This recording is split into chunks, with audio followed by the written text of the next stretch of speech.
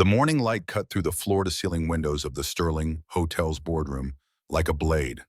28 floors above Chicago's bustling streets, Marcus Sterling sat at the head of a mahogany table that could seat 20, but felt suffocating with just two.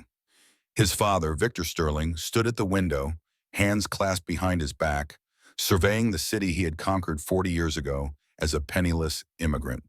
Between them, scattered across the polished wood surface, lay 47 manila folders. Each one bore a name, an employee identification number, and years of loyal service reduced to a single sheet of paper. Marcus's hand trembled as he reached for his pen. The silver Mont Blanc his mother had given him on his 21st birthday, 3 years before cancer took her from them both. He could still hear her voice, soft and warm like honey and tea, telling him that a man's signature was his soul made visible. He wondered what promise he was making now. "Sign them, Marcus," Victor's voice cut through the silence. "If we don't reduce staff by 50 positions, this company will be bankrupt in 6 months. The pandemic has destroyed the hospitality industry." Marcus looked down at the first folder. Jenkins, Robert, maintenance supervisor, 14 years of service, 3 children, 47 families, Dad. Victor's jaw tightened. 47 people or 380 employees who still have jobs. That's what being a leader means, making the decisions nobody else wants to make. The weight of those words pressed down on Marcus's shoulders. His father was right. He was always right when it came to numbers. But numbers didn't scream when they lost their jobs. Numbers didn't have children who asked why Daddy wasn't going to work anymore. Marcus picked up the pen. His hand moved across the first folder, then the second, then the third. Each signature felt like a small betrayal. Somewhere around the 23rd folder, Marcus closed his eyes. He signed the rest blind, his hand finding the signature line through muscle memory alone. When he reached the final folder, he paused. Carter, Emma, employee ID no 2847, senior housekeeper, team leader, 6 years of exemplary service. He signed it. Victor gathered the folders without a word and walked toward the door. "You did the right thing," he said without turning around. "In business, sentiment is a luxury we cannot afford."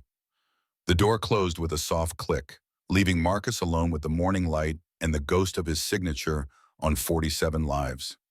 He didn't know then that one of those signatures would come back to haunt him.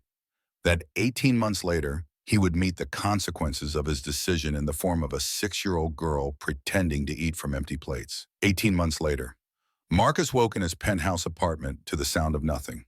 The silence was expensive and absolute, wrapping around him like a shroud. He stood at the floor-to-ceiling windows, coffee growing cold in his hand, and stared out at Lake Michigan. The water stretched endlessly, gray and restless under an overcast sky. His phone buzzed. A text from his father.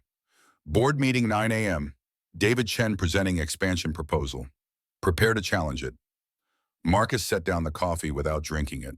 The liquid had gone lukewarm anyway, like everything else in his life.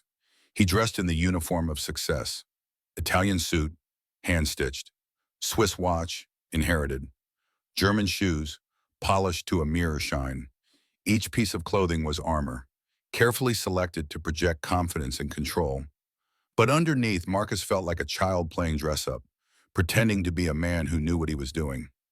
The Sterling Hotel's tower rose 32 stories above Michigan Avenue. Marcus's great-grandfather had started with a single boarding house in 1952. His grandfather had expanded to 3 hotels. His father had built an empire of 20 properties across the Midwest, and Marcus was expected to take it further still. The weight of legacy pressed down on him as he rode the elevator to the 28th floor. 4 generations of Sterling men, each one building on the foundation laid by the previous, each one sacrificing something essential to feed the machine of success. His mother had been different. Sarah Sterling had believed in people over profits, in kindness over efficiency. When she died, over 200 people had come to her memorial service because they loved her. Marcus wondered if anyone would come to his funeral. Probably, because it was expected, because it was good business.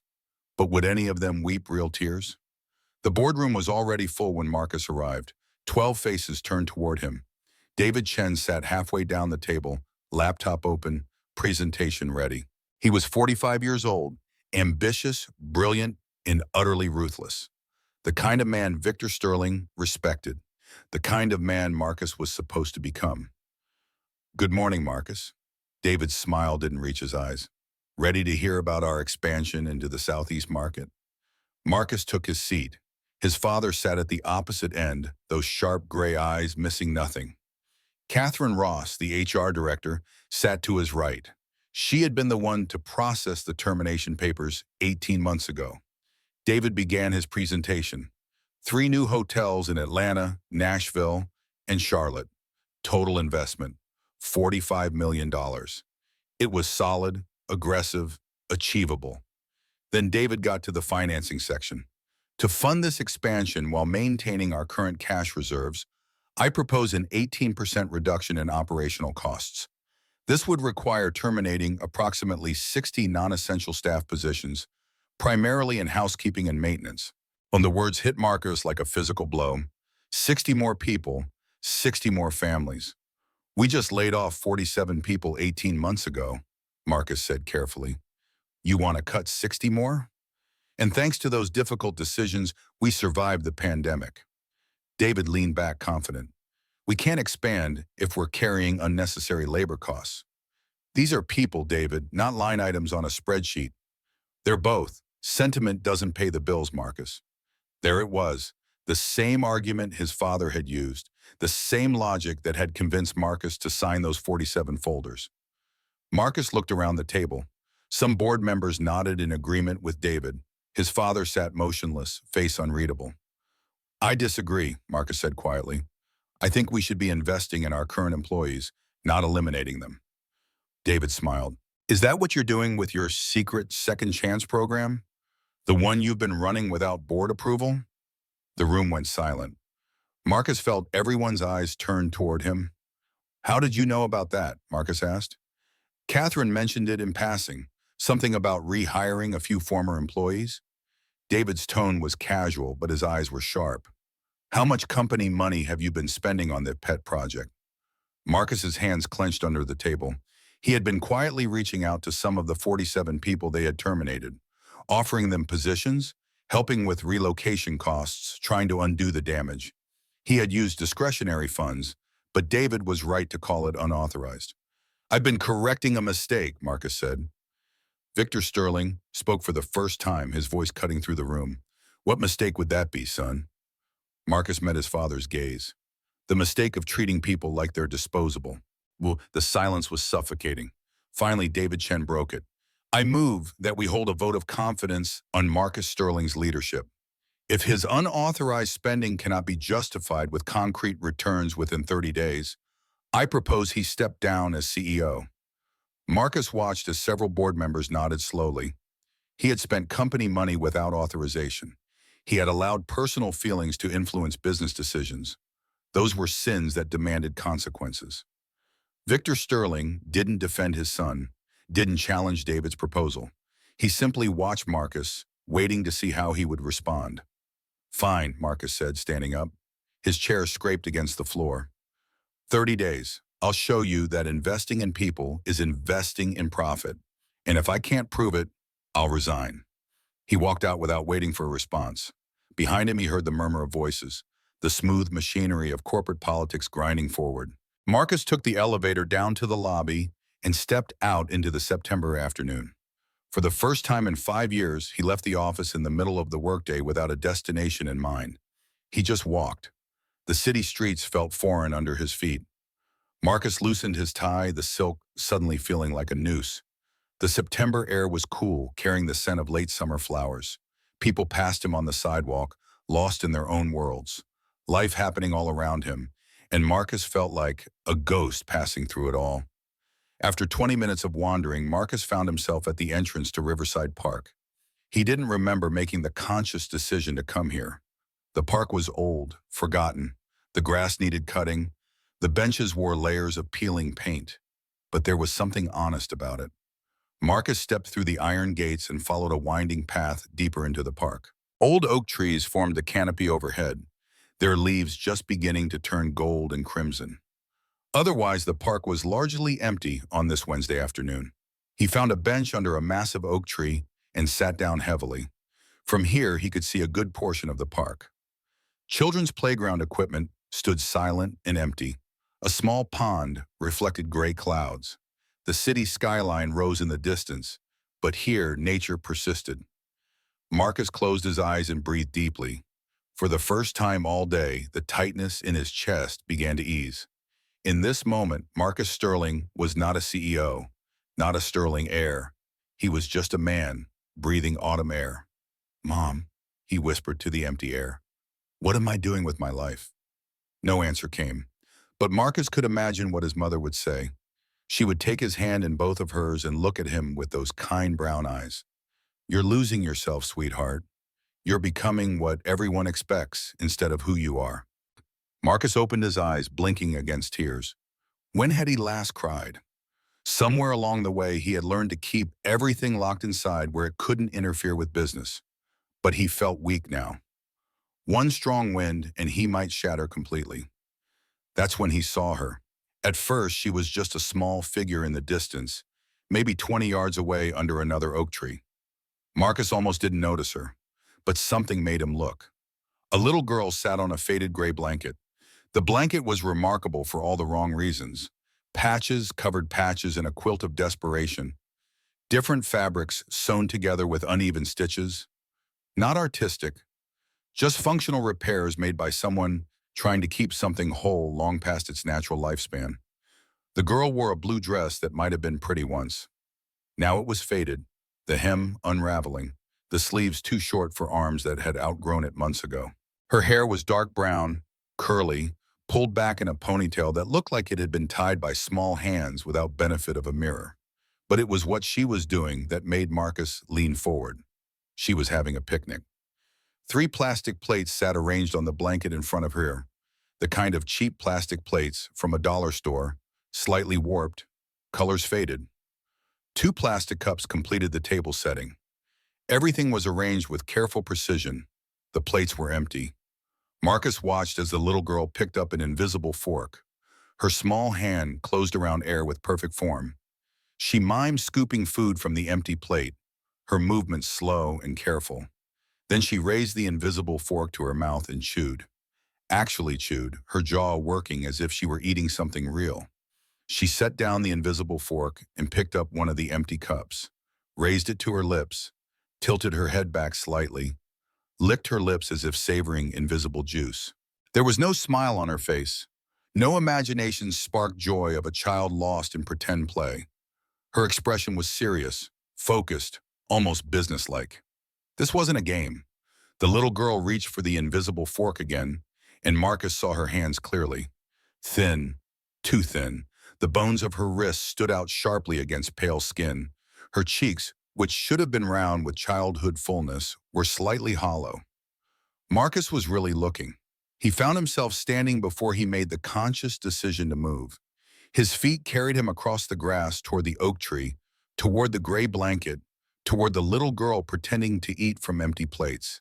The girl looked up when his shadow fell across her blanket. Her eyes were large and brown, too old for her small face. They held a wariness that no child's eyes should contain.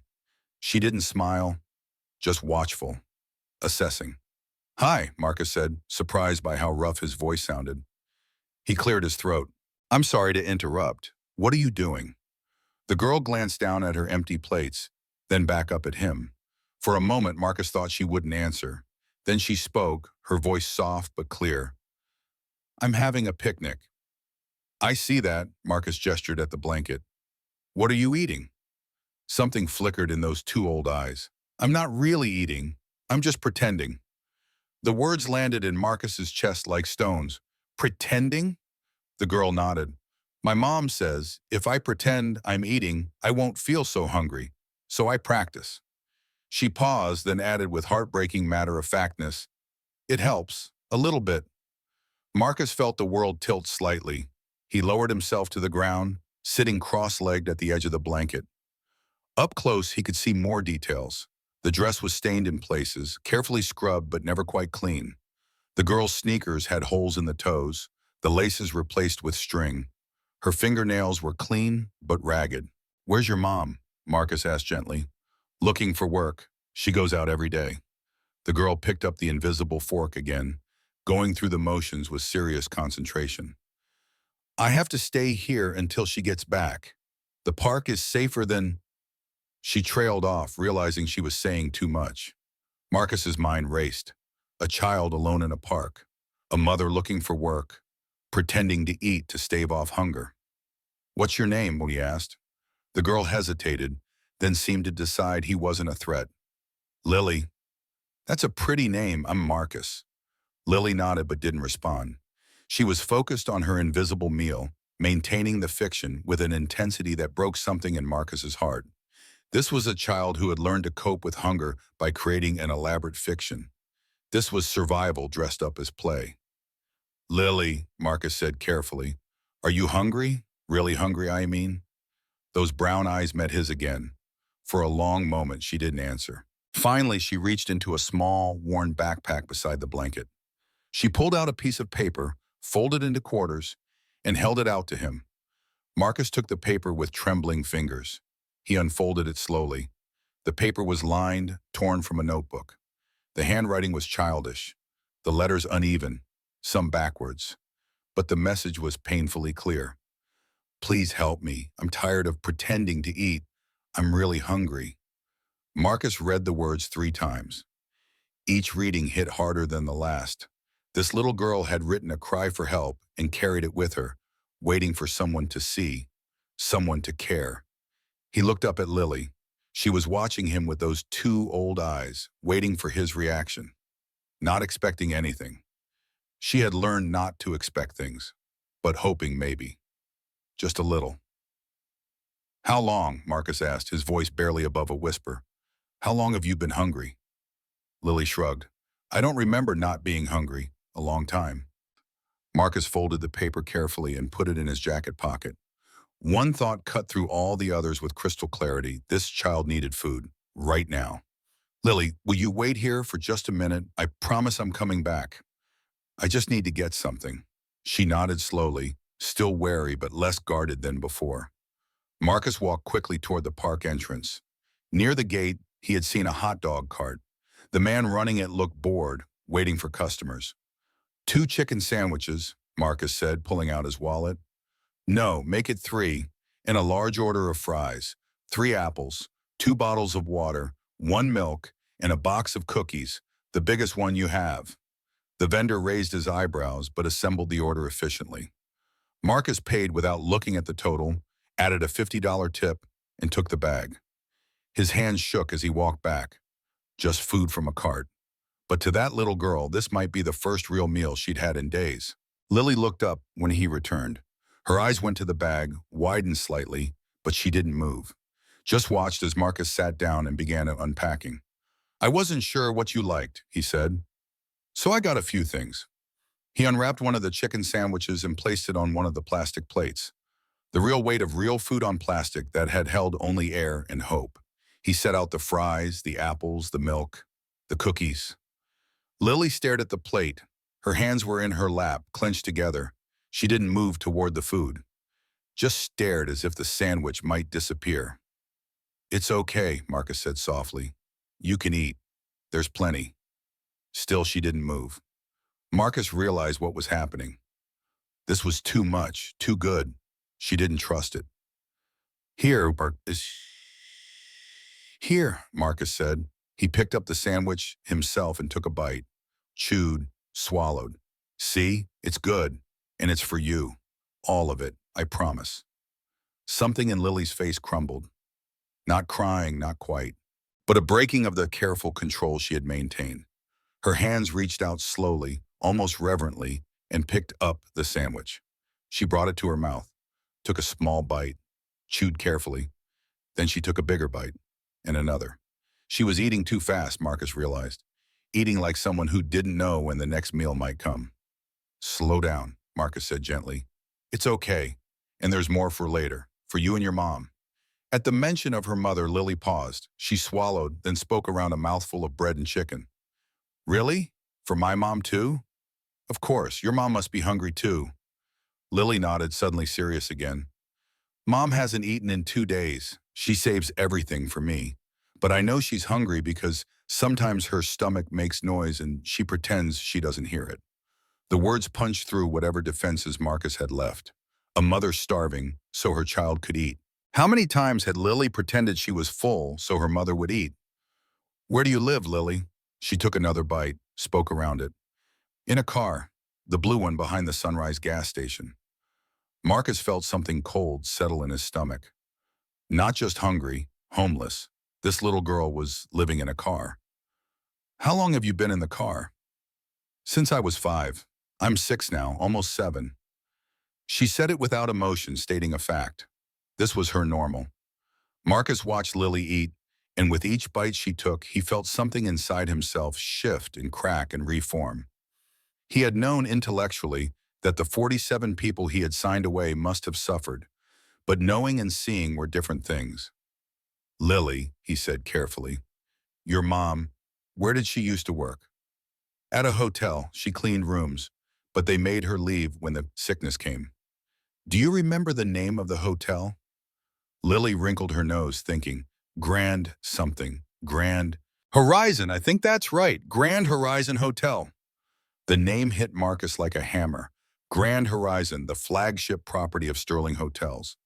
The building where Marcus himself kept his office. And 18 months ago, a woman had received a termination notice, had lost her job, had lost her home, had ended up in a car with her daughter. Marcus's vision blurred. He blinked hard, surprised to feel wetness on his cheeks. When had he started crying? Are you okay, mister? Lily asked, her voice concerned. This child, hungry and homeless, worried about the grown man sitting next to her. I'm fine, Lily. Just thinking about something. He wiped his eyes. What's your mom's name? Emma. Emma Carter. Emma Carter. The name echoed in Marcus's mind, familiar in a way he couldn't quite place. He would find out. He would go back to the office tonight and search for that name. He already knew what he would find. One of the 47, one of the signatures. Will you come back tomorrow? Lily asked suddenly. She had finished the sandwich and was carefully wrapping the second one in napkins, putting it back in the bag. Saving it. Already planning how to stretch this windfall across as many meals as possible. Would you like me to? Lily nodded, something almost like a smile touching her mouth. I like talking to you, and you're the first person who gave me real food in a really long time. Marcus felt his heart break completely. I'll come back tomorrow, Lily, I promise. Same time, same place, and I'll bring more food. For you and your mom. You promise? Really, truly promise? Really, truly promise. Lily's smile grew wider, transforming her face into something more appropriate for 6 years old. Something that held joy and hope and trust. Marcus committed that smile to memory. They talked for another 20 minutes. Lily told him about the library books her mother had saved, about how they read together every night in the car before bed, about how her mom promised that someday they would have a house again. The sun was starting to sink when Lily checked a digital watch on her wrist. The band was broken, held together with tape. I should go soon. Mom will be back before dark. Of course, Marcus stood. Will you be okay getting to the gas station? I know the way. I walk it every day. Lily carefully folded the gray blanket. Marcus helped her, and together they tucked it into her backpack along with the precious bag of food. Before she left, Lily looked up at Marcus. Thank you, Mr. Marcus. You're nice. You're welcome, Lily, and thank you for sharing your picnic with me. She laughed at that, a sound like bells. Then she was gone, walking through the park toward the gate, her backpack bouncing on her small back. Marcus watched until she disappeared, then stood alone under the oak tree. The plastic plates were still there, scattered on the grass. Marcus picked them up one by one. They were so light they barely registered in his hands. He stacked them carefully, planning to return them tomorrow. Though maybe he would bring new ones. The note was still in his jacket pocket. Marcus pulled it out and read it again in the fading light. Please help me. I'm tired of pretending to eat. I'm really hungry. He folded it carefully and put it back. Not to hide it, to keep it close. A reminder, a responsibility, a promise made to a 6-year-old girl. Marcus walked slowly out of the park. The evening commute was starting, people heading home to families and dinners in normal life. Marcus moved against the current, heading not home, but to his office. The Sterling Hotel's tower was mostly empty when he arrived. Marcus took the elevator to the 28th floor and walked through darkened hallways to his office. He sat at his desk and opened his computer. He accessed the HR database, navigated to the terminated employees file from March 2020. His fingers hovered over the keyboard for a moment. Then he typed, Carter, Emma. The file loaded slowly. When it finally appeared, Marcus sat back and stared at the screen. Marcus clicked through the attached documents. Customer reviews praising Emma's attention to detail, her warm demeanor, her dedication. Management reviews describing her as the best team leader they had. A photo from the employee database showed a woman with dark curly hair and a warm smile wearing the Sterling Hotel's uniform with obvious pride. This was the woman now living in a car. This was the mother who hadn't eaten in 2 days. This was the person whose life Marcus had destroyed with a signature he barely remembered making. He found the termination document. There, at the bottom, was his signature. Marcus Sterling.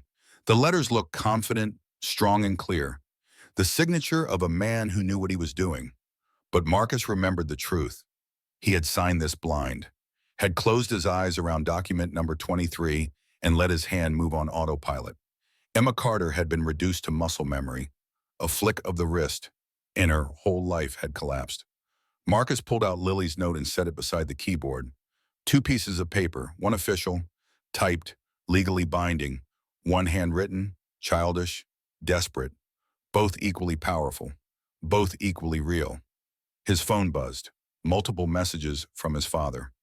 Where are you? Board meeting tomorrow, 9 a.m. Don't be late. David Chen is mobilizing support. You need a strategy. Call me. Marcus turned the phone face down. He would deal with the board tomorrow. Tonight he had something more important to do. He pulled up a new document and began typing. Second Chance Initiative. Proposal for rehiring terminated employees. He worked for 3 hours, researching policies, running numbers, creating budgets. The proposal was bold, possibly career-ending, definitely against everything his father had taught him. But it was right, and after 18 months of doing what was expected, Marcus was going to do what was right. At 9 o'clock, he saved the document and shut down his computer. The office was completely dark except for his desk lamp. Marcus stood and stretched, his back aching. Before he left, he took one more look at Lily's note. He picked it up and carried it to the window. Chicago sprawled below him, millions of lights in the darkness, millions of lives being lived. How many other Lilies were out there? How many other Emma Carters? Marcus pressed the note against the window, the paper thin enough that the city lights shone through. It looked fragile, temporary, like it might blow away with the slightest wind. But those words were stronger than the tower Marcus stood in, stronger than Sterling Hotels, stronger than 40 years of family legacy. Those words had reached through all of Marcus's carefully constructed defenses and touched something he thought had died with his mother. Conscience, compassion, care. I'll fix this, Marcus whispered to the city lights, in the note, in his own reflection in the glass. I don't know how yet, but I'll fix this. He folded the note carefully and put it back in his pocket. Tomorrow he would go to the park. He would bring Lily more food. He would meet Emma Carter. And he would begin the long process of turning 47 signatures into 47 second chances. But tonight, Marcus Sterling went home to his empty penthouse and didn't sleep. He lay in the darkness, staring at the ceiling, and thought about a little girl pretending to eat from empty plates. And he promised himself over and over, like a prayer, that those plates would never be empty again. The sun rose over Chicago with indifferent beauty, painting the sky in shades of amber and rose that Marcus barely registered. He had watched the dawn from his penthouse window, still wearing yesterday's clothes, Lily's note growing soft and worn in his pocket from constant handling. Sleep had been impossible. Every time he closed his eyes, he saw empty plates and hollow cheeks and brownie eyes too old for a 6-year-old face.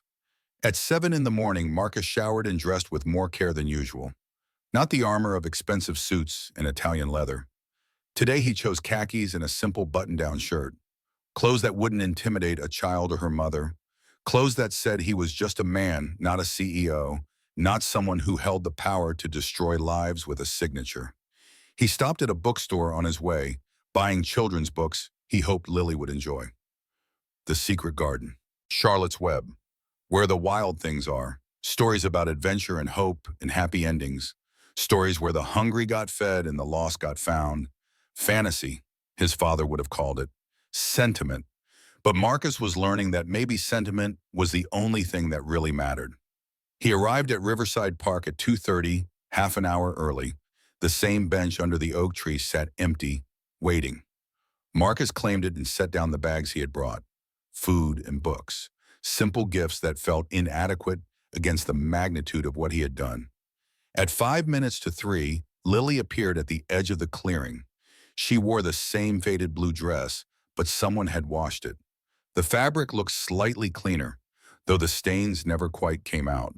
Her hair was pulled back in the same ponytail, but tied with a different rubber band.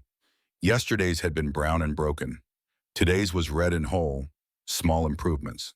Tiny signs that Emma Carter was fighting with everything she had to maintain dignity in impossible circumstances. Lily saw Marcus and her face transformed. The wariness melted away, replaced by something that looked dangerously like joy. She ran across the grass, her backpack bouncing, and stopped just short of throwing herself at him. Some instinct of self-preservation held her back. "You came back," she said, slightly breathless. "I thought maybe you wouldn't." "I promised, didn't I?" Marcus smiled. "I brought lunch and something else." He pulled out The Secret Garden. Lily's eyes went wide. She reached out hesitantly as if the book might bite. When her fingers touched the cover, she gasped. "Is this for me? To keep?" "Yes, I thought you might like to read it." "I can read," Lily said with sudden pride. "Mom taught me. She says reading is the most important thing because books can take you anywhere, even when you can't go anywhere yourself." The wisdom in that statement, spoken in Emma Carter's voice through her daughter's mouth, made Marcus's throat tight. What kind of woman was she, this mother who taught literacy in the backseat of a car? Who made sure her daughter could escape into stories even as their own story grew darker? "Your mom is right," Marcus said. "Books are magic that way." They sat together on the blanket Lily had spread, and Marcus unpacked the food. More sandwiches today, but also fresh fruit, cheese, crackers, juice boxes. Real food. Nutritious food. Lily ate more slowly today. Still hungry, still focused, but without yesterday's desperation. She knew now that Marcus wasn't going to take the food away. Between bites, she asked questions. Where did he live? Did he have a family? What did he do for work? Marcus answered carefully, editing the truth. He lived in a tall building. No, he didn't have children. He worked in hotels. The irony wasn't lost on him. He helped make sure strangers staying for a few nights were comfortable, while the woman who had actually provided that comfort now had no home at all. "Will you read to me?" Lily asked when she had finished eating and carefully packed away the extra food. "Mom reads to me every night, but I'd like to hear how you read." So Marcus opened The Secret Garden and began to read. His voice, which commanded boardrooms and negotiated million-dollar deals, softened and slowed. He read about Mary Lennox, orphaned and alone, arriving at a mysterious manor in Yorkshire. Lily leaned against his shoulder, following along, sometimes correcting his pronunciation or asking what something meant. They read for an hour, losing themselves in the story. Marcus couldn't remember the last time he had read fiction. But here, in this forgotten corner of Riverside Park, with a homeless child leaning against his shoulder, Marcus found something he hadn't known he was missing. Peace. When the sun began its descent toward evening, Lily reluctantly pulled away. "I should go. Mom will worry if I'm late." "Lily," Marcus said carefully, "would it be okay if I walked you back to the gas station? I'd like to meet your mom." Fear flickered across Lily's face. Not fear of Marcus, but fear of what her mother might say. Fear of losing this new source of food and books and attention. "She doesn't like strangers," Lily said slowly. "She says people can't be trusted." "I understand, but maybe if you tell her about me first? Tell her I'm the one who gave you food yesterday?" Lily considered this with the seriousness of a judge weighing evidence. Finally, she nodded. "Okay. But you have to promise you won't make her sad. She gets sad a lot and tries to hide it, but I can tell." "I promise, me fighter." They walked together through the park and out onto the city streets. The evening rush had begun, people flooding home from work. No one looked twice at the well-dressed man and the shabby child walking side by side. In a city of millions, they were invisible. The Sunrise gas station sat on a corner where the nice part of town started to fade. Behind the station, hidden from the street, was a small lot bordered by a chain-link fence. And there, parked against the fence like it was trying to disappear, sat a blue sedan. 15 years in hard use had reduced it to transportation only. The paint was faded and peeling. One headlight was cracked. The rear bumper hung slightly askew, but the windows were clean. Someone had washed them recently, probably at this very gas station. Someone was maintaining what little dignity they could in circumstances that offered almost none. A woman sat on the hood of the car, legs dangling, head bent over a notebook. She was writing something with fierce concentration. Her dark curly hair was pulled back in a bun, a few escaped strands framing her face. She wore jeans and a white blouse, both clean but worn thin. Emma Carter. She looked up when she heard footsteps, and her face went through a rapid series of expressions.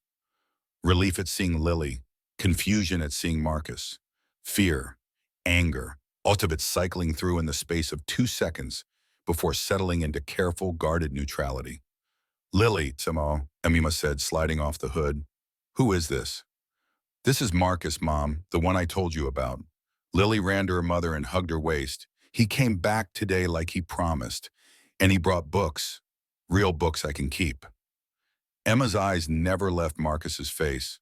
Those eyes were the same brown as her daughter's, but harder, tempered by experience and disappointment and the constant vigilance required to survive with a child when you had nothing.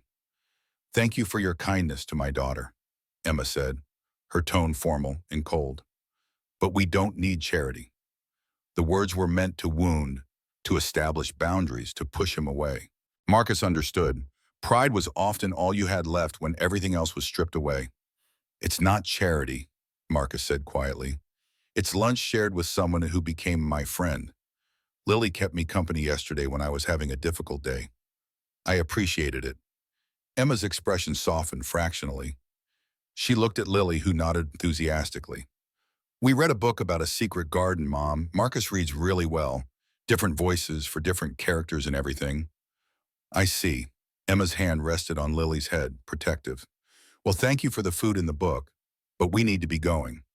Ms. Carter, Marcus said, and watched her face register surprise that he knew her name. Could I speak with you for just a moment? Alone? Emma's eyes narrowed.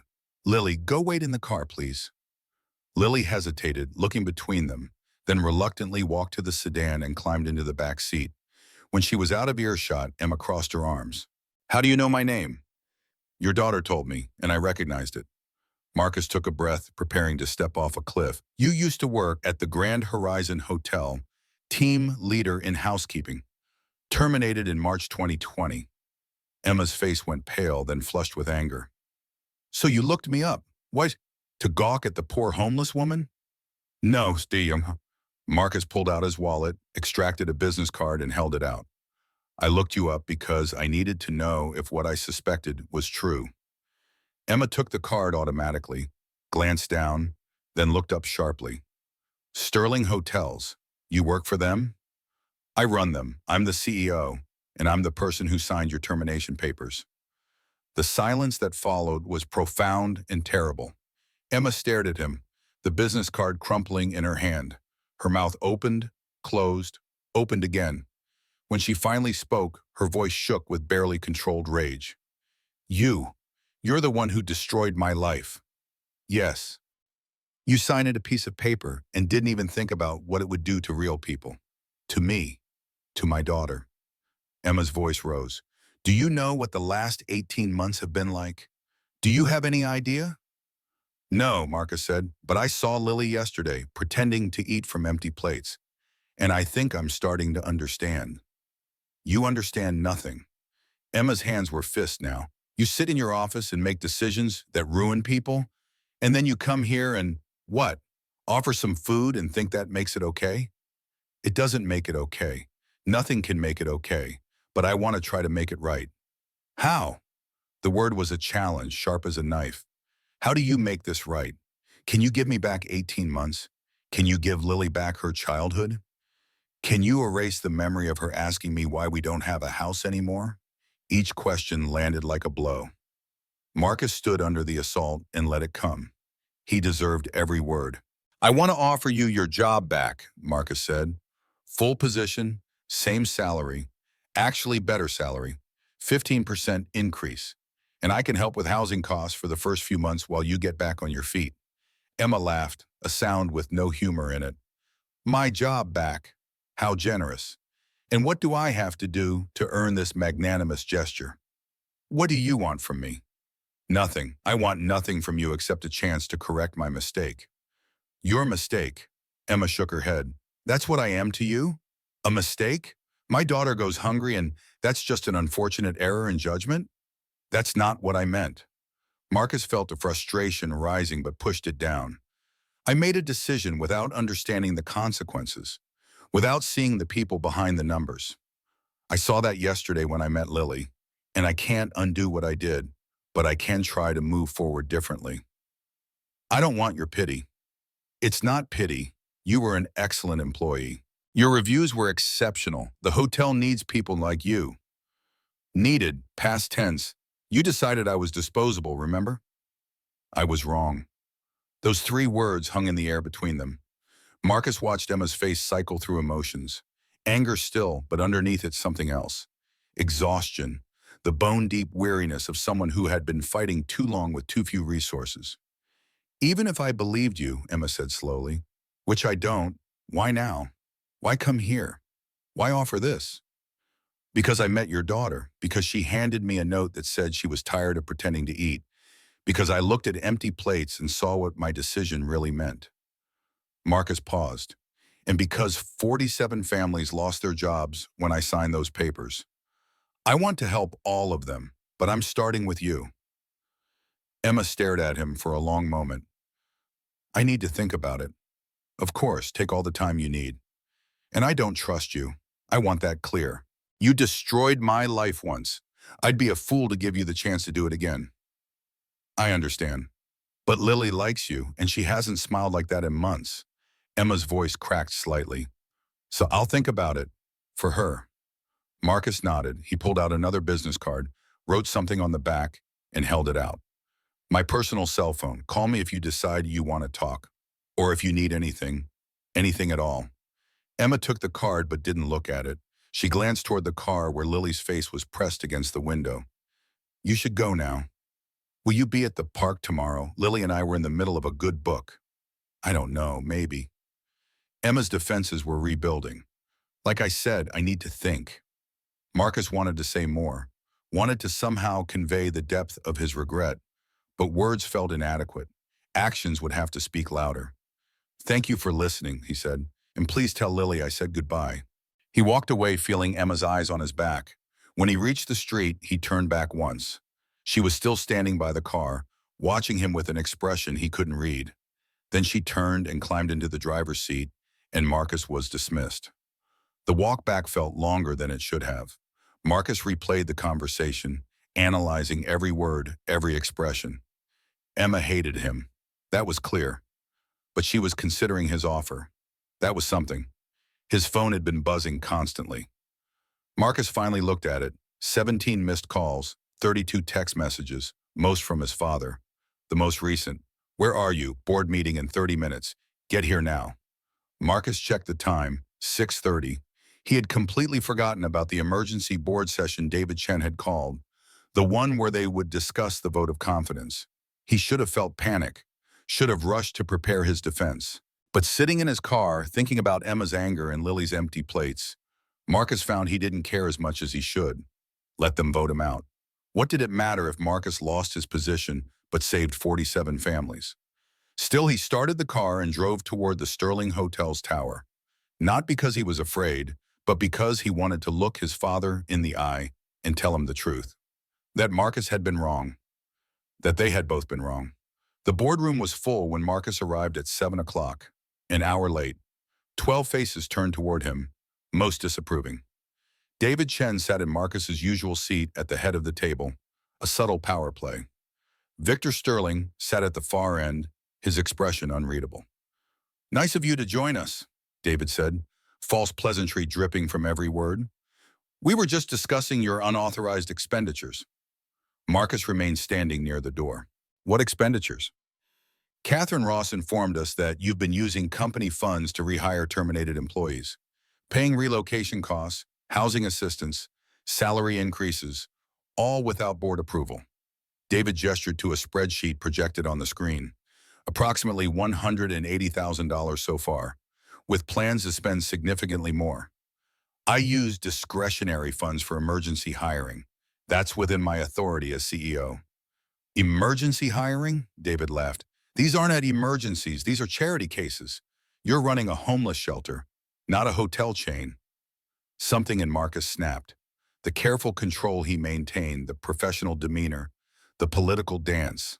All of it crumbled under the weight of those words. Charity cases. As if Emma and Lily and the other 45 families were problems to be managed rather than people to be helped. Their names are Emma Carter, Robert Jenkins, Michelle Wu, David Kowalski. Marcus pulled out his phone and began reading. Lisa Henderson, Marcus Thompson, Rebecca Singh, James Morrison. He looked up at the board. "Should I continue? I can name all 47, because I've been researching them, learning what happened after we discarded them. Would you like to know?" The room had gone silent. Even David Chen seemed momentarily thrown. "Emma Carter is living in her car with her 6-year-old daughter," Marcus continued. "The daughter who goes to a park every afternoon and pretends to eat from empty plates because she's so hungry. Robert Jenkins lost his house and is staying in a shelter. Michelle Wu moved in with her elderly mother who can't afford to support both of them. David Kowalski was denied unemployment because we classified the layoffs in a way that made them ineligible." "Marcus," his father said quietly. "A warning, but Marcus was beyond warnings. We destroyed these people. We took away their income and their health care and their dignity. We did it because it was good business, because the numbers said it made sense. And you know what? We were wrong." "Sentiment," David Chen said dismissively. "This is exactly why you're unfit to lead this company. You're too emotional, too weak. If caring about people is weakness, then yes, I'm weak." Marcus walked further into the room. "But let me ask you something, David. When you die, what do you want on your tombstone? David Chen increased profit margins by 18%? Or David Chen built something that mattered?" "This is absurd," David said, but his voice had lost some of its certainty. "Victor, are you going to let him continue this emotional breakdown?" All eyes turned to Victor Sterling. The patriarch sat motionless, his hands folded on the table, his face carved from stone. When he finally spoke, his voice was quiet but carried weight. "I move that we formalize the Second Chance program. Full board approval. Budget of $2 million annually to identify and rehire former employees who were terminated for reasons other than performance. Marcus will oversee the program." The room erupted. David Chen's face went red. "Victor, you can't be serious." "All in favor?" Catherine Ross said quickly. Hands rose around the table. Not all of them. David Chen sat with his arms crossed, refusing to vote. 2 other members abstained, but 9 hands were raised, a clear majority. "Motion passes," Catherine said. "Marcus Sterling remains CEO with full support of the board. The Second Chance program is formally approved." David Chen stood abruptly, his chair scraping harshly. "This is a mistake. You're all making a mistake. When this company starts losing money because of bleeding hearts, don't come to me." He walked out, the door slamming behind him. The remaining board members sat in uncomfortable silence for a moment. Then slowly they began to gather their things and file out, offering Marcus quiet congratulations as they passed. Soon only Marcus and his father remained. Victor stood at the window, hands behind his back, looking out at the city lights. The same pose he had struck 18 months ago when Marcus signed those 47 termination letters. "I'm sorry," Victor said without turning around, "for teaching you that people don't matter, for making you believe that business requires cruelty. Your mother was right. She was always right." Marcus walked to stand beside his father at the window. Side by side, they stared out at Chicago spreading beneath them. "Tell me more about her," Marcus said. "About Mom, the things she believed." She believed that how we treat people when we don't have to says everything about who we really are. Victor's voice was rough with emotion Marcus had never heard from him before. She believed that kindness was strength, not weakness. She believed that we're all connected, all responsible for each other. She sounds amazing. She was. Victor turned to look at his son. And she would be proud of you right now, proud that you saw what I couldn't, that you chose people over profit. I met a little girl yesterday, Marcus said, 6 years old, pretending to eat from empty plates. Her mother is Emma Carter, one of the 47. Victor closed his eyes briefly. I remember that name. I was the one who suggested her for the termination list. I told you she was disposable. You were wrong. I was wrong about many things. Victor put his hand on Marcus's shoulder, a gesture of affection so rare it made Marcus's throat tight. Fix this, son. Fix what I broke. And maybe in fixing it, you'll fix me too. They stood together at the window for a long moment, father and son, separated by years of emotional distance, but united now in understanding. I should go, Marcus said finally. I need to prepare for tomorrow. Emma Carter is going to call about the job offer. At least I hope she will. And if she doesn't, then I'll keep trying. I'll keep showing up. I'll keep proving that people can change. Marcus smiled slightly. That we can change. Good. Victor squeezed Marcus's shoulder once more. Go home. Get some rest. Tomorrow you start building something your mother would be proud of. Marcus left the Sterling Hotel's tower with the feeling he barely recognized. Hope. After months of emptiness, after years of just going through the motions, he felt hope rising in his chest. Emma Carter might say no, might refuse the mom and tell him to leave her family alone. But he would also keep trying to help the other 46 families, would keep pushing to change the culture of Sterling Hotels from the inside. Because yesterday, a little girl with empty plates had shown him what really mattered. And tonight, his father had reminded him that change was possible. Marcus drove home through evening traffic, and for the first time in longer than he could remember, he felt like he was driving towards something instead of just away from everything else. His phone buzzed as he pulled into his building's garage. A text from an unknown number. This is Emma Carter. I'll take the job. Not for you, for Lily. When do I start?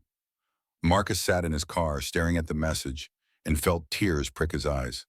Just a few words on a screen.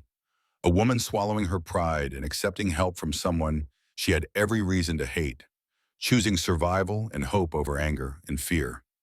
He typed his response carefully. Monday, if that works, 9 a.m. I'll meet you at Grand Horizon. And Emma, thank you for giving me a chance to make this right. The reply came quickly. Don't thank me yet. You have 46 more families to help. This is just the beginning. Marcus smiled. She was right. This was just the beginning. The first step on a long road toward redemption. But it was a step, and tomorrow he would take another, and another, until all 47 signatures became 47 stories with better endings. He rode the elevator up to his penthouse. The apartment still felt empty, but somehow less lonely. Tomorrow he would go back to Riverside Park, would bring Lily more books, would finish reading The Secret Garden with her, would watch her eat real food from real plates. And someday, when this was all over, when Emma and Lily had a real home and all 47 families had been helped, Marcus would take them both back to that park. They would spread out a blanket and have a real picnic with plates full of food. And they would remember the day everything changed, the day empty plates led to full hearts. Marcus pulled Lily's note from his pocket one more time. The paper was growing soft, the creases deep from constant folding and unfolding. Please help me. I'm tired of pretending to eat. I'm really hungry. Not anymore, Lily. Marcus whispered to the note, to the night, to his mother's memory. Not anymore. He placed the note on his desk where he could see it every morning. A reminder of what mattered. A promise made and kept. A beginning. Outside, the city lights flickered like stars. And for the first time in years, Marcus Sterling looked at them and saw not isolation but connection. Not distance but possibility. Not an empire built on numbers, but a community built on people. Tomorrow would be hard. There would be resistance, setbacks, failures. But tonight, standing in his penthouse with a 6-year-old's note on his desk and his father's blessing on his shoulders, Marcus believed that change was possible, that empty plates could be filled, that broken things could be mended, that even a man who had caused harm could become someone who healed it. The night stretched out before him, full of promise and purpose. And Marcus Sterling, CEO of Sterling Hotels, finally went to sleep with peace in his heart. Monday morning arrived with the kind of crisp autumn clarity that makes Chicago beautiful. Marcus stood outside the Grand Horizon Hotel at 8:45, watching the entrance like a man waiting for a verdict. He had arrived early, too nervous to stay in his office, too anxious to pretend this was just another business day. Because it wasn't. Today, Emma Carter would walk through those glass doors as an employee again. Today, the first of 47 wrongs would begin to be righted. At 8:57, Marcus saw them. Emma walked down Michigan Avenue with Lily beside her, both of them moving with careful dignity. Emma wore a simple gray suit that had probably been nice once, but now showed the signs of age. The hem had been resewn, the elbows were slightly shiny from wear, but it was clean and pressed and professional. Lily wore a new dress. Blue, like her old one, but this one fit properly. No stains, no patches, no fraying hem. Marcus recognized it from the department store bag he had left anonymously at the gas station 3 days ago. They saw him at the same moment. Emma's face hardened into careful neutrality. Lily's broke into a smile that made Marcus's heart squeeze. Marcus! Lily ran the last few steps and stopped just short of hugging him. Mom got the job. We're going to have a real home. I'm so glad, Lily. Marcus smiled at her, then looked up at Emma. Good morning, Ms. Carter. Mr. Sterling. Emma's tone was professional, distant, establishing boundaries. I thought we could talk before your official start time, Marcus said. There are some things I'd like to explain about the position. Fine. Emma looked down at Lily. Sweetheart, can you wait here for a few minutes? Sit on that bench right there where I can see you. Okay, Mom. Lily skipped to the bench, pulling out The Secret Garden from her backpack. They had finished it together over the weekend, but she was reading it again.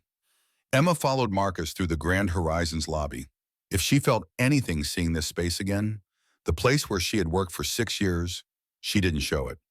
Her face remained impassive as they took the elevator up to the 28th floor. Please sit, Marcus said, gesturing to the chairs arranged around a small conference table by the window. Not the desk. The desk would have been too formal, too hierarchical. Emma sat stiffly, her hands folded in her lap. Marcus took the seat across from her and pulled out a folder. This is your employment contract, same position you had before, team leader in housekeeping. Starting salary is $58,000 annually, which is 15% higher than your previous wage. Full benefits start immediately, including health insurance for you and Lily. And there's a housing assistance program. He slid a second document across the table. Sterling Hotels will provide 3 months of rental assistance, up to $2,000 per month, to help you secure an apartment. After that, there's a permanent employee housing benefit that will subsidize 20% of rent for as long as you work here. Emma picked up the papers with trembling hands. She read through them slowly, her eyes scanning every line. Marcus waited, watching emotions flicker across her face. Disbelief, hope, suspicion, fear that this was too good to be true. This is real? She asked finally, her voice barely above a whisper.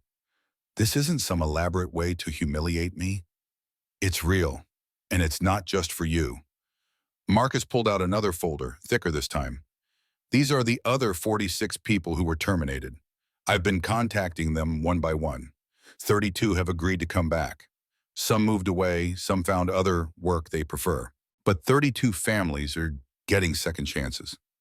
Emma's hands shook harder. You're really doing this. You're actually trying to fix what you broke. I'm trying. I don't know if I can fix it completely. 18 months is a long time. Some damage can't be undone. But I'm going to try anyway. Marcus leaned forward. And I need you to know something. David Chen, the board member who wanted to expand by cutting more down, he's no longer with Sterling Hotels. The board voted to support the Second Chance program. My father voted for it. Your father, Emma's laugh was bitter. The man who probably taught you people were disposable? The same, he's changing too, or trying to. Marcus met her eyes. We're all trying, Emma. That's all I can promise. That we're trying to be better than we were. Emma set down the papers and looked out the window at the city below. I have conditions. Name them. I won't be your charity case. I'll do my job and I'll do it well, same as before. But I don't want special treatment. I don't want people whispering about me. No one will know unless you tell them. As far as anyone else knows, you're simply a valued and former employee we're bringing back. And Lily, she comes first. Always. If she's sick, if she needs me, I leave. No questions. Agreed. And we're not friends. Emma's voice hardened. You did a terrible thing to me. Giving me my job back doesn't erase that. It doesn't make us okay. I'm accepting this offer because I need it, because my daughter needs it, not because I forgive you. The words hurt, but Marcus nodded. I understand, and I don't expect forgiveness. I just want to help. Then help the others too. Help all 47. Emma stood, gathering the papers. And Mr. Sterling, don't disappoint me again, because if you do, I'll make sure everyone knows. I won't disappoint you, Marcus said. I swear it. Emma walked to the door, then paused with her hand on the handle. There's a woman named Patricia Morgan. She's the housekeeping manager. I'd like to work with her again, if that's possible. She's expecting you. She's actually the one who recommended you for team leader 6 years ago. Marcus smiled slightly. She was angry when she found out you'd been terminated. Very angry. She'll be glad to have you back. Something in Emma's expression softened, just for a moment. Then the armor came back up. I should collect Lily and find an apartment. I start tomorrow. Take a week, get settled, find a place to live, enroll Lily in school.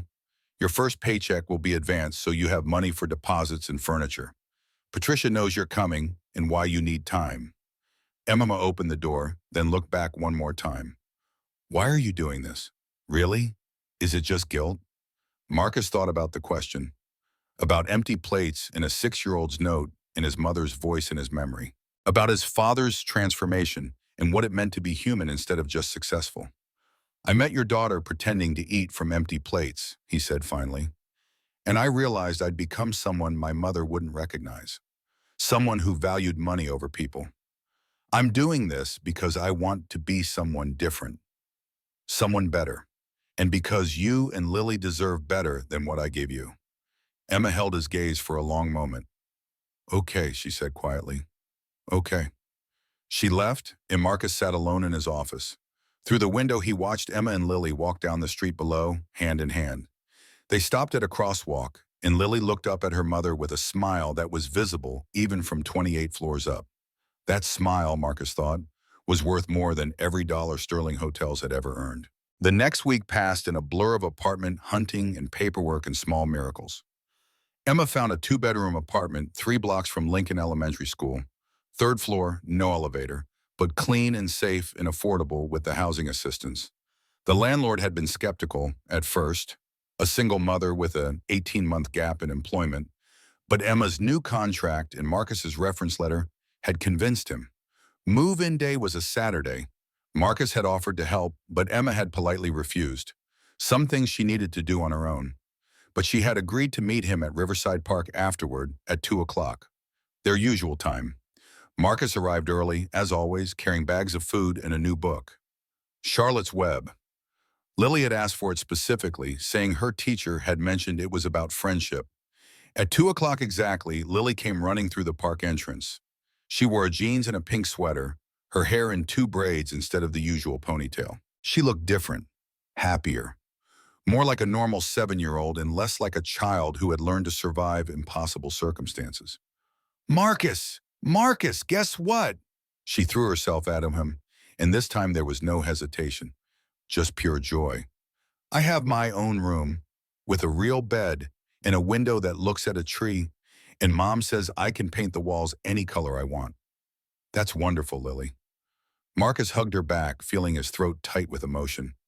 What color are you thinking? Blue. Like the ski, happy blue, not sad blue. Wow. She pulled back and looked at him seriously. There's a difference, you know. I know. Emma appeared a moment later, walking more slowly than her daughter. She looked exhausted but satisfied. the kind of tired that comes from hard physical work toward a worthy goal. The movers just left, she said by way of greeting. Not that we had much to move, but what we have is unpacked. How does it feel? Marcus asked. Emma was quiet for a moment, looking at Lily, who was already spreading out their picnic blanket. Like I can breathe again, she said finally. Like maybe things will be okay.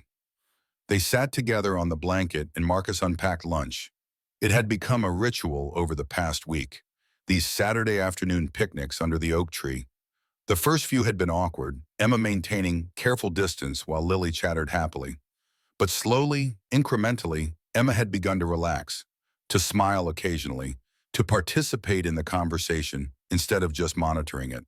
Today, as they ate and Marcus read aloud from Charlotte's Web, Emma even laughed at one of the jokes. A real laugh, unguarded and genuine. Marcus caught her eye when she realized what she'd done, and she looked away quickly, embarrassed by her own moment of ease. But it was progress. Small, fragile, but real. When the chapter ended, Lily had questions. Do you think Charlotte and Wilbur are really friends? Or is Charlotte just being nice because Wilbur needs help? What do you think? Marcus asked. Lily considered this seriously. I think maybe it starts as being nice, but then it becomes real friendship, because they keep showing up for each other. Emma's eyes met Marcus's over Lily's head, a look that held acknowledgement, if not quite forgiveness. Keep showing up, it seemed to say. And maybe eventually we'll see. 3 weeks later, on a Monday morning in October, Emma walked Lily to her first day of school. Lincoln Elementary was a solid brick building 6 blocks from their apartment. The neighborhood school, not the best in Chicago, but not the worst either.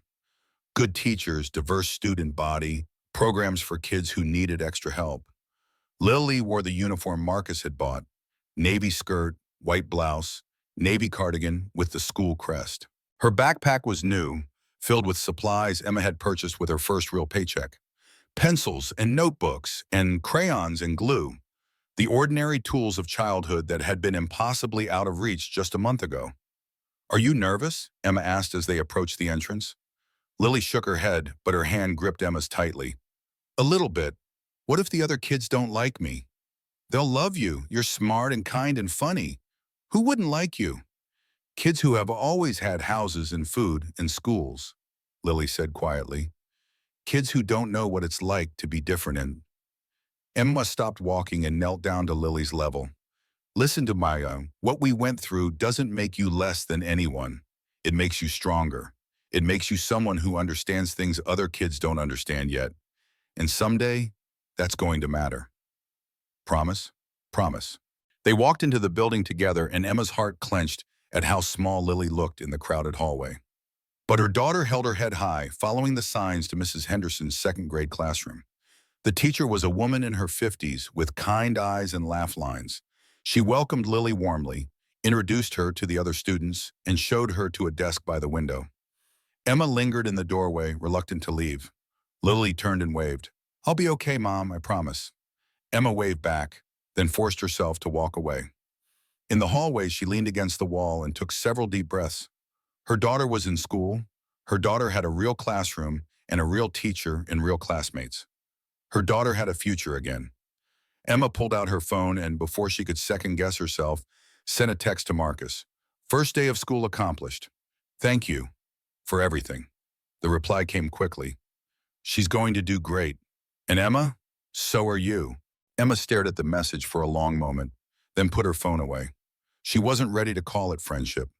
Wasn't ready to fully trust or forgive. But maybe, just maybe, she was ready to stop being angry all the time. Maybe that was enough for now. The weeks turned into months. Emma settled into her work at Grand Horizon with the ease of someone who had never really left. Her section had the highest guest satisfaction scores in the hotel within 2 weeks. Patricia Morgan told anyone who would listen that Emma Carter was the best hire they'd made in years. The other 32 rehired employees told similar stories, slowly rebuilding, cautiously hoping, learning to trust that stability could last. But change, especially publicized change, doesn't happen in a vacuum.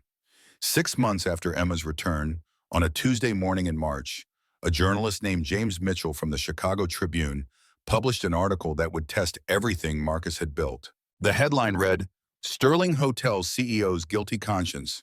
Virtue signaling or real change? Marcus read it at his desk, coffee growing cold beside him, and felt his stomach drop with each paragraph.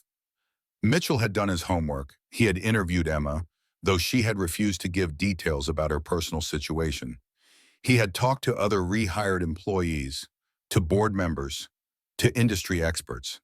He had even interviewed Victor Sterling, who had spoken eloquently about the need for businesses to value people alongside profits. But the article raised questions. Was this sustainable? Would other hotels follow Sterling's example or dismiss it as an expensive publicity stunt? And most damning, Mitchell had included quotes from several employees who had been laid off but not rehired. People who felt left behind while Marcus played favorites with the lucky few. Why did Emma Carter get her job back and not me? One anonymous source asked. Is it because she has a kid? Because the CEO felt sorry for her? What about the rest of us? Marcus read those words and felt sick. Because the source was right. He had started with Emma because he had met Lily, because their story had touched him personally. But that meant other people, equally deserving, had been overlooked. He called an emergency staff meeting. Every employee who had been rehired through the Second Chance program was invited, along with department heads and managers. 40 people crammed into a conference room designed for 25. Marcus stood at the front. No podium, no prepared remarks. Just him and his guilt and a room full of people who deserved honesty. You've probably seen the article, he began, and you're probably wondering if it's going to affect your jobs, if this program is going to fold under pressure, if I'm going to change my mind when things get difficult. He looked around the room. Emma stood near the back, arms crossed, watching him with those careful eyes. Patricia Morgan sat near the front, worry clear on her face. Robert Jenkins, the maintenance supervisor, leaned against the wall. 32 stories of survival and struggle. I won't change my mind, Marcus said. This program continues. Your jobs are secure. But the article is right about one thing. I did start this program because of one person. Because I met a child who was suffering and I couldn't look away. He found Emma in the crowd. Emma Carter worked here for 6 years with exemplary reviews. She was laid off not because she did anything wrong, but because I signed a piece of paper without thinking about the consequences. When I met her daughter and realized what I'd done, I knew I had to try to fix it. But, he continued, looking around at all of them, that meant other people were overlooked. The article mentions employees who were also laid off, who also struggled, who also deserve second chances. And they're right to be angry, because my response to what I did wrong was incomplete. It was personal, not systemic. Marcus took a breath. So I'm expanding the program. We're opening applications for any former Sterling Hotels employee who was laid off in the past 5 years for reasons other than misconduct or poor performance. Not just the 47 from March 2020. Anyone. We'll review each case individually and rehire where possible. And where rehiring isn't feasible, we'll provide job placement assistance and references. The room was silent. Then Patricia Morgan started clapping. Slowly others joined, not everyone. Some people still looked skeptical, but enough that Marcus felt the weight on his shoulders lighten slightly. After the meeting, Emma approached him. That was brave. It was necessary. The article made me see I was still thinking too small. Still letting personal connection dictate policy instead of creating actual change. You're learning, Emma almost smiled. Almost. It's more than most people would do. It's less than you deserve. Emma studied his face for a long moment. Saturday, 2 o'clock. Lily wants to start a new book. She said it's about a spider who saves a pig's life through friendship. Charlotte's Web. We already started it. She wants to hear the ending again. She says some stories are worth repeating. Marcus felt something warm bloom in his chest. Not quite hope, not quite forgiveness, but something. I'll be there. Emma nodded and walked away. Not friendship, not yet, but maybe the beginning of something like trust. That Saturday arrived with perfect spring weather.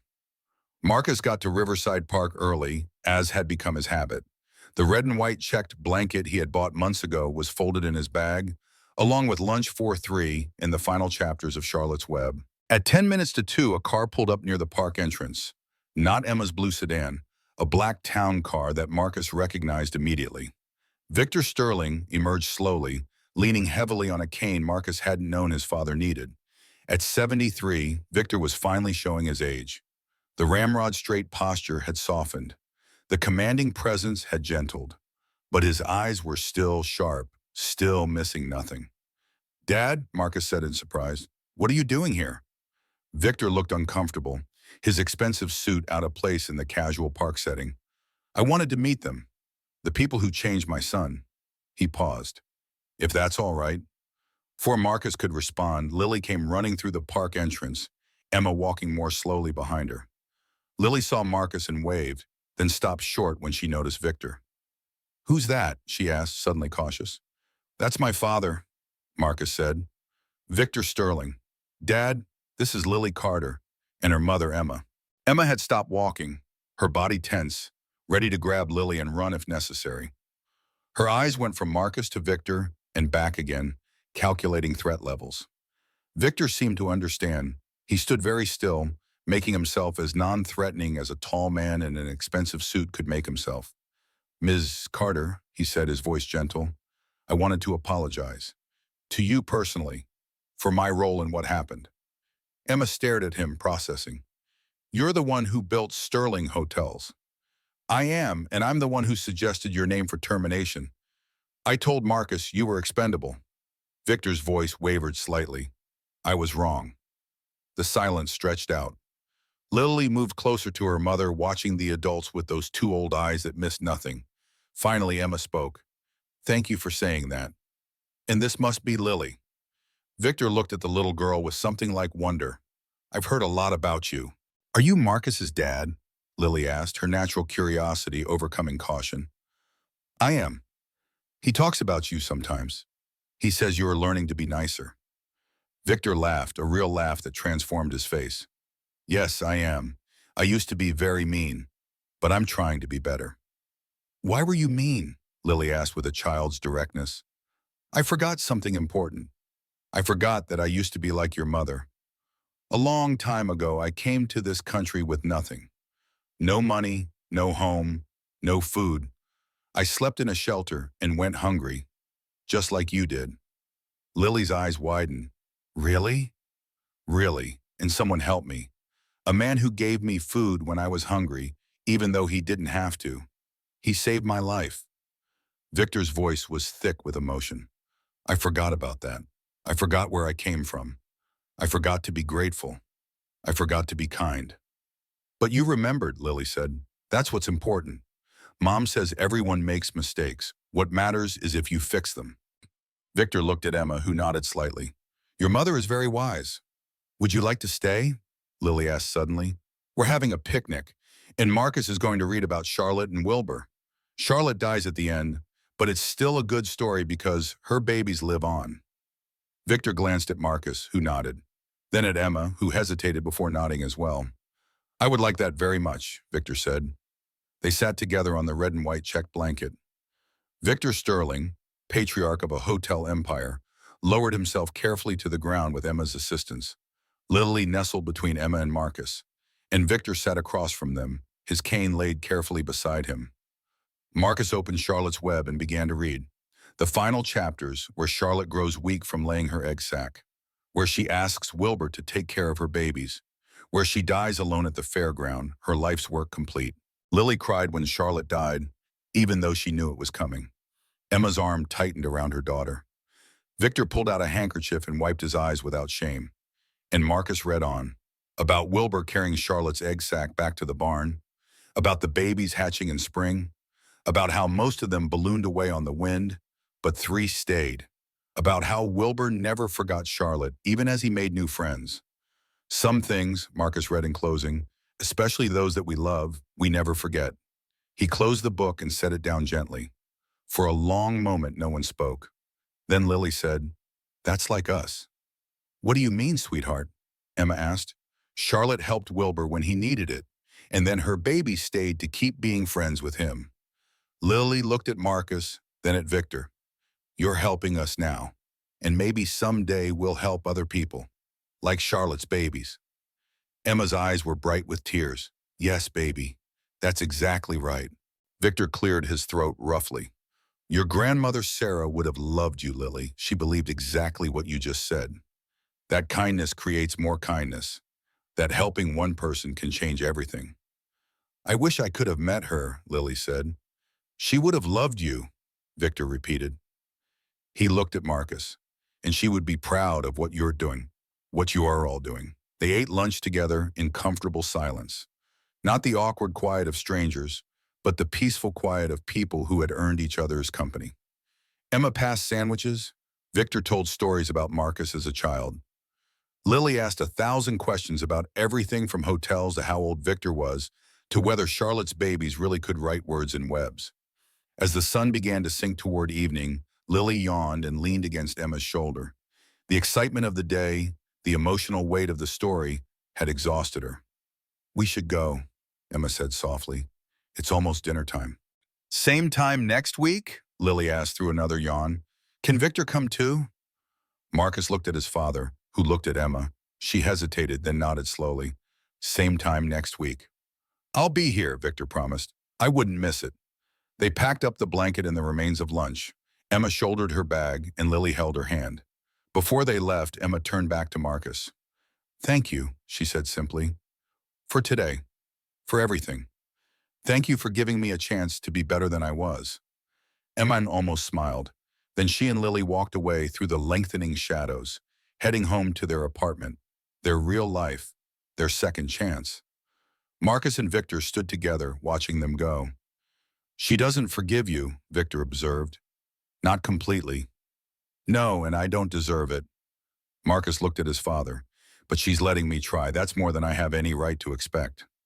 You're a good man, son. Better than I was at your age. Better than I taught you to be.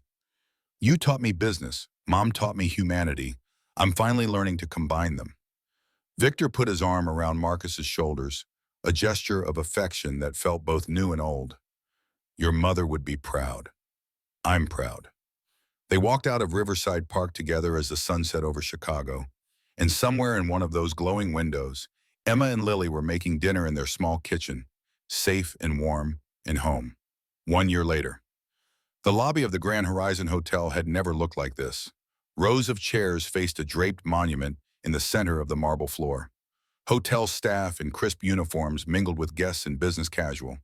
News cameras from 3 local stations had set up in the back, their red recording lights blinking like mechanical eyes. Marcus stood off to the side, watching people arrive, and felt his hands trembling.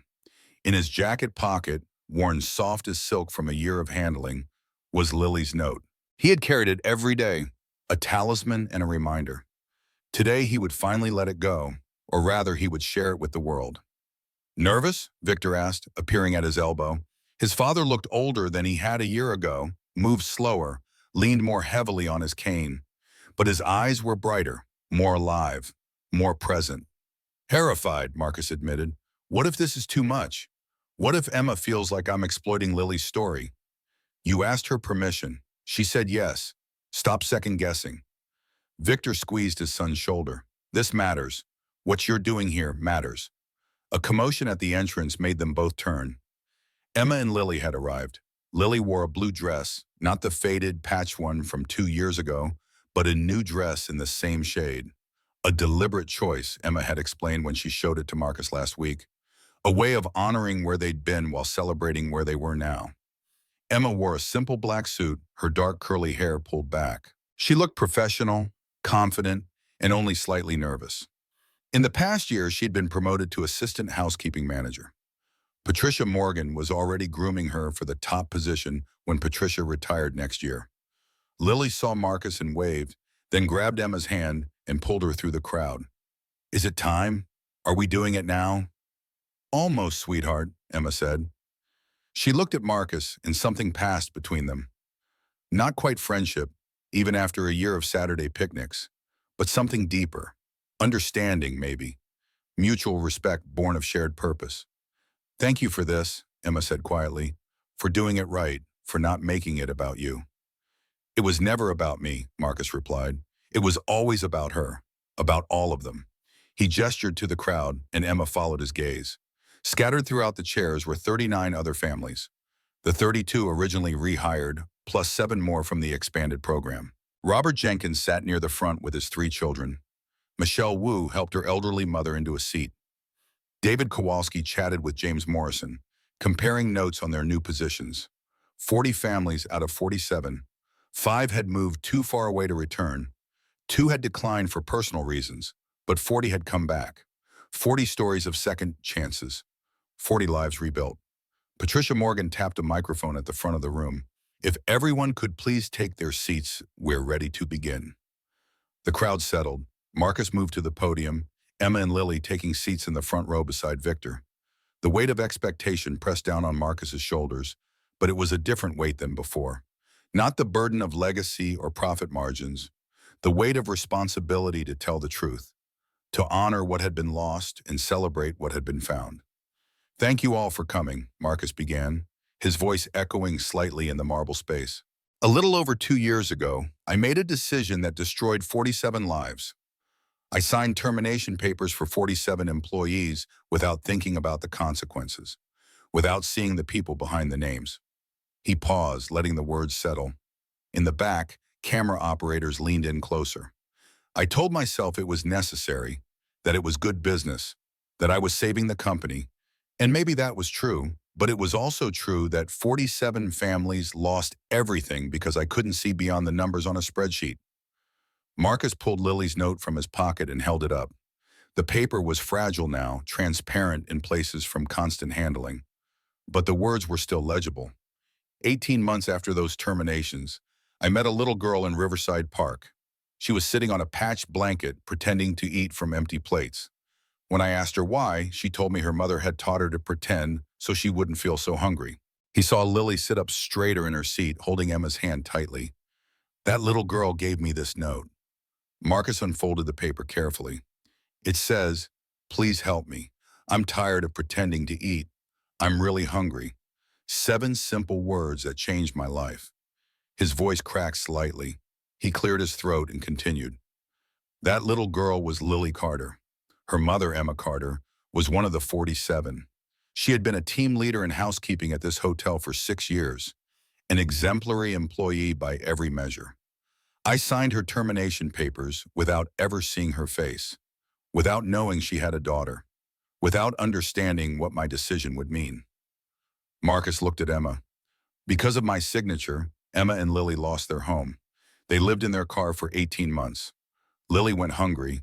She learned to pretend to eat to cope with starvation. And I never knew, never checked, never cared to find out what happened after I signed those papers.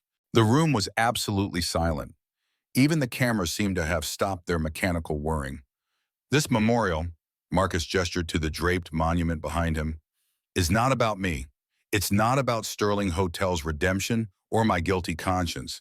It's about remembering, about making sure we never forget that business decisions have human consequences, that behind every name on a termination list is a life, a family, a story. He nodded to Patricia, who pulled a cord. The drape fell away, revealing the memorial. A large frame hung in the center, Lily's note preserved under museum-quality glass. Below it, a brass plaque read, "The Second Chance Initiative, in loving memory of Sarah Sterling, who believed kindness was the highest form of success. In honor of Lily Carter, who taught us that empty plates can become full hearts and that it's never too late to choose compassion over convenience. Established 2022, 47 families helped. 127 lives changed, 1 promise kept." Below the plaque, photographs of all 40 families who had been rehired. Not just headshots, but family photos. Real people with real lives.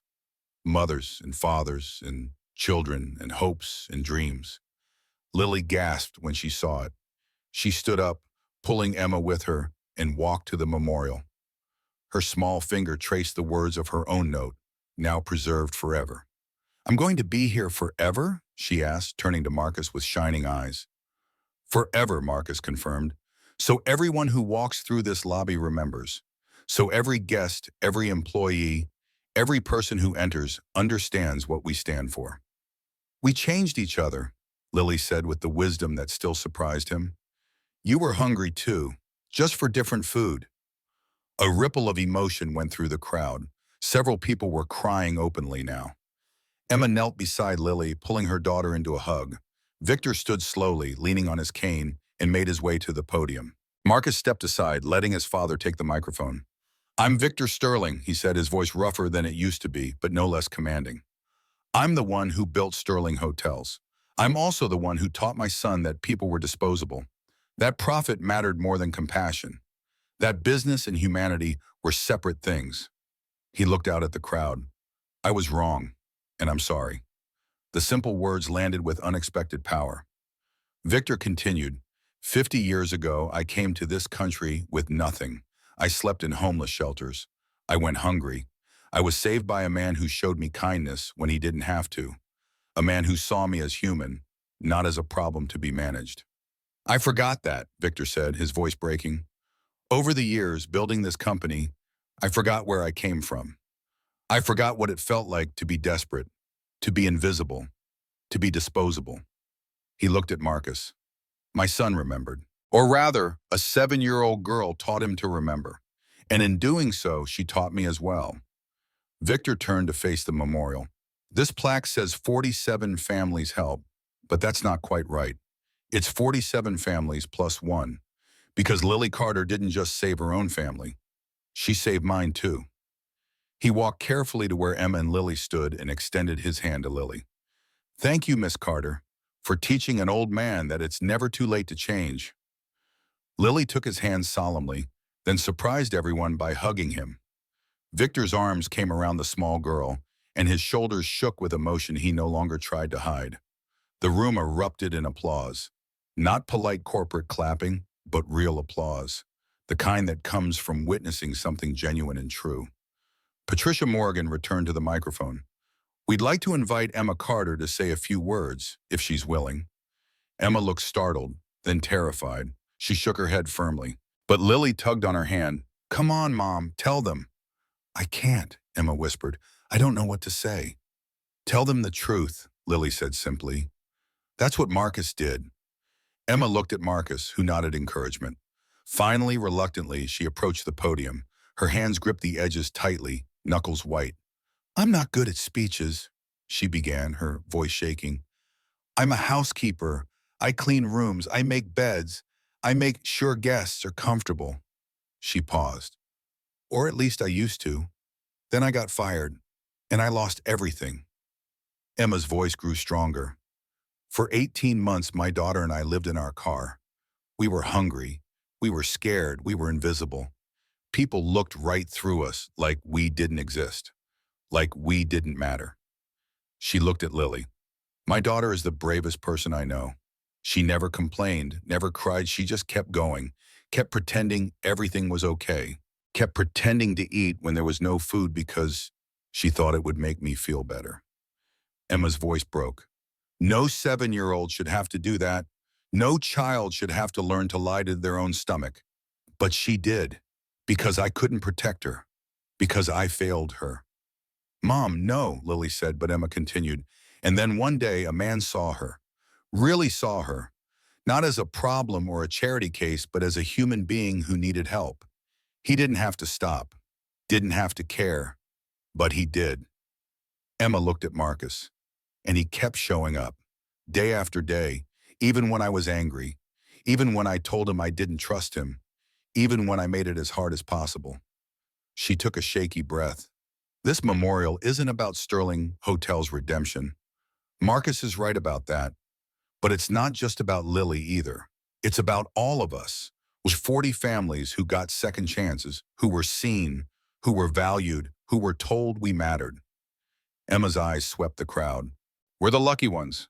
There are thousands more out there who aren't lucky, who are still invisible, still hungry, still desperate. This memorial is for them too. A reminder that we have a responsibility to see each other, to help each other, to remember that we're all one bad decision away from empty plates." She stepped back from the podium, and the applause was thunderous. People stood. The cameras captured it all, and Emma retreated to her seat, pulling Lily onto her lap and hiding her face in her daughter's hair. After the ceremony, there was a reception, coffee and pastries in the hotel restaurant. People mingled, sharing stories, comparing experiences. The 40 families formed a kind of club, bound by shared trauma and shared recovery. Marcus found himself cornered by James Mitchell, the Tribune journalist who had written the article a year ago. "Hell of a story," Mitchell said, scribbling in his notebook. "Mind if I ask a few follow-up questions?" "Sure. How much has the Second Chance program cost Sterling Hotels?"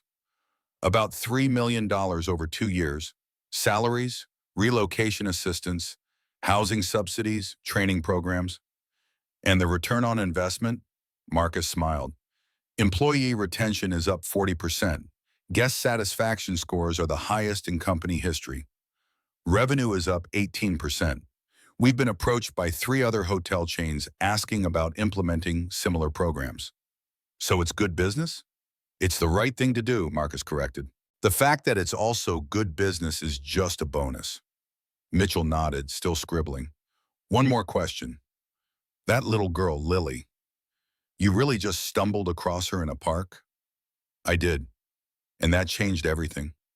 Marcus thought about the question, about empty plates and a note folded in a backpack, about Saturday picnics and children's books in the slow, difficult work of rebuilding trust, about his father crying openly and Emma almost smiling and Lily sleeping in a real bed. "Yes," he said simply. "That changed everything." Yeah. The reception wound down as evening approached. Guests filtered out, cameras packed up, hotel staff returned to their duties. Soon only a few people remained in the lobby. Marcus stood in front of the memorial, looking at Lily's note under glass. He had carried it for so long that his pocket felt empty without it. But it belonged here now, where everyone could see it, where it could keep doing its work. "You're going to stare a hole through that glass." Marcus turned to find Emma beside him, Lily's hand in hers. Victor approached from the other side, leaning on his cane. "I was just thinking," Marcus said, "about how far we've come, how much has changed, and how much further we have to go," Emma added. 40 families out of thousands who need help. This is just the beginning." "The beginning of what?" Lily asked. "Of something bigger," Victor said, lowering himself carefully onto a nearby bench. "Your mother is right. We've helped 40 families, but there are thousands more. Other companies, other cities, other Lilies sitting in parks, pretending to eat." "So we expand," Marcus said. "The Second Chance initiative becomes a model. We publish our processes, share our data, help other companies implement similar programs. And we start a foundation," Emma added. Everyone looked at her in surprise. She flushed but continued. "The Sarah Sterling Foundation. For families in crisis, emergency assistance, job placement, temporary housing, funded by Sterling Hotels but independent. So it can keep going even if—" She trailed off. "Even if I'm not here to run it," Marcus finished. "That's brilliant, Emma." "It was Lily's idea, actually." They all looked at the 7-year-old, who shrugged. "Grandma Sarah helped you. Harold Chen helped Grandpa Victor. Marcus helped us. Now we help other people. That's how it works, right?" "Grandma Sarah," Victor repeated softly, his eyes glistening. "You called her Grandma Sarah." "Is that okay?" Lily asked uncertainly.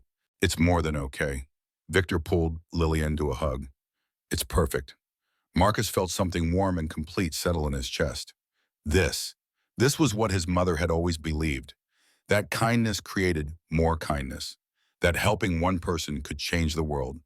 That we were all connected, all responsible for each other. "Saturday," Lily announced, pulling away from Victor. 2 o'clock, Riverside Park.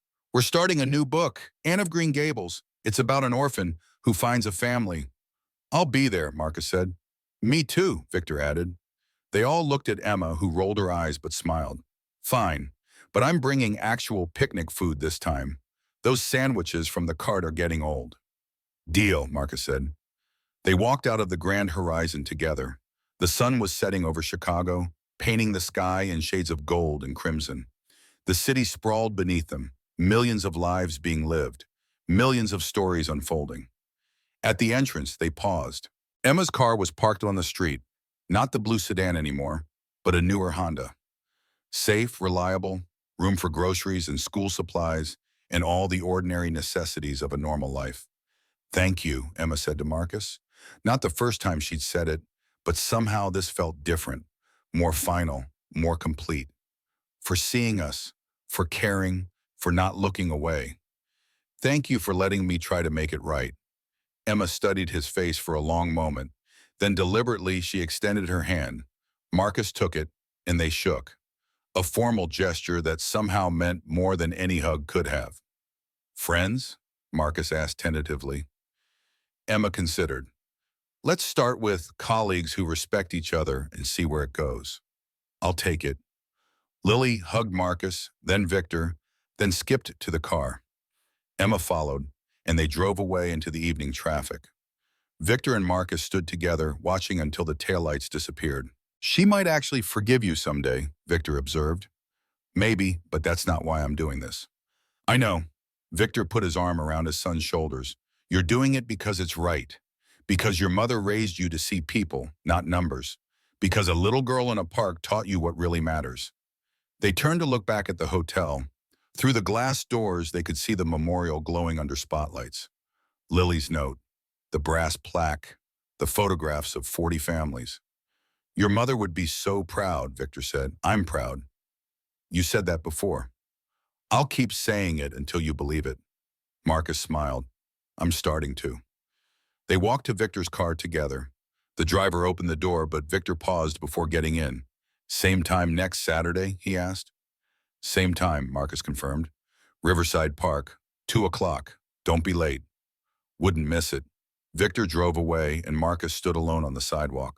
Around him, the city hummed with life. People heading home from work. Families going to dinner. Couples walking hand in hand. Normal life, ordinary life. The kind of life he used to float above without really seeing. But he saw it now. Saw the humanity in every face. Saw the stories behind every window. Saw the connections that bound them all together. Marcus pulled out his phone and looked at a text that had arrived during the reception. From an unknown number.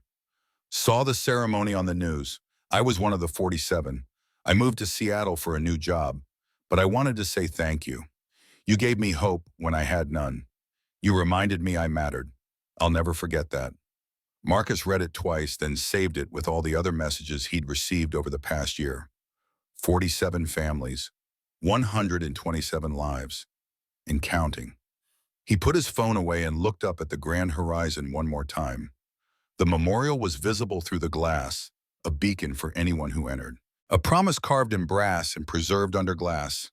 Empty plates can become full hearts. Marcus turned and walked into the city. Not floating above it anymore. Not separated by glass and steel and money. Just a man among millions, connected by the most basic human truth. That we all need help sometimes. And that sometimes, if we're very lucky, someone stops to see us. To care. To remember that we matter. Marcus thought about Lily's words from earlier. You were hungry too, just for different food. She was right. He had been starving for purpose, for meaning, for something that mattered beyond profit margins and quarterly reports. And in feeding one hungry child, he had fed his own soul. The empty plates were full now, for Lily and Emma, for 40 families, for Marcus and Victor. And somewhere out there in parks and shelters and cars and streets, there were more empty plates waiting to be filled. More lilies waiting to be seen, more stories waiting to be told. The work wasn't finished. It was just beginning. But tonight, walking through Chicago as the stars emerged above and the city lights glowed below, Marcus Sterling finally understood what his mother had always known. That kindness was the highest form of success. That people mattered more than profits. That business with heart wasn't just possible. It was the only thing that truly mattered. The empty plates were full, and Marcus's heart, empty for so long, was finally full too.